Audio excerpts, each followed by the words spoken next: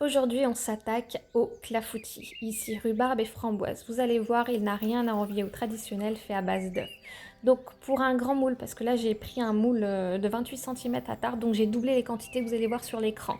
Donc, j'ai mis du lait végétal, du sucre et de la vanille. Franchement, l'appareil est vraiment hyper simple à réaliser. Je n'ai pas filmé, je suis désolée. J'ai ajouté donc du coup du yaourt végétal et le tofu soyeux. Vous prenez un mixeur plongeant et vous mixez pour obtenir une texture crémeuse.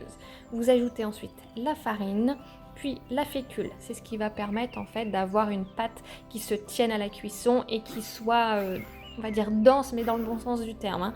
Je sais pas si vous voyez ce que je veux dire. Enfin, la texture d'un clafoutis, quoi. Donc vous mixez. Ensuite, dernière étape, vous voyez, c'est hyper simple. Un petit coup de zeste d'orange. Vous n'êtes pas obligé. Vous pouvez mettre du citron si vous le voulez. Ou laisser la vanille, en fait. Et vous mélangez une dernière petite fois. Vous voyez, la pâte, en 2 secondes, elle est faite. Hein. C'est hyper simple et c'est vraiment délicieux. Enfin, je dis simple, après, j'ai dû me planter 2 fois, je crois, dans la recette. Quand j'ai essayé de faire un clafoutis, la première fois, tofu pas assez égoutté, catastrophe. Et la deuxième, j'ai voulu mettre de la poudre d'allemande à la place de la farine. Non, ne le faites pas, c'est pas terrible. Donc voilà.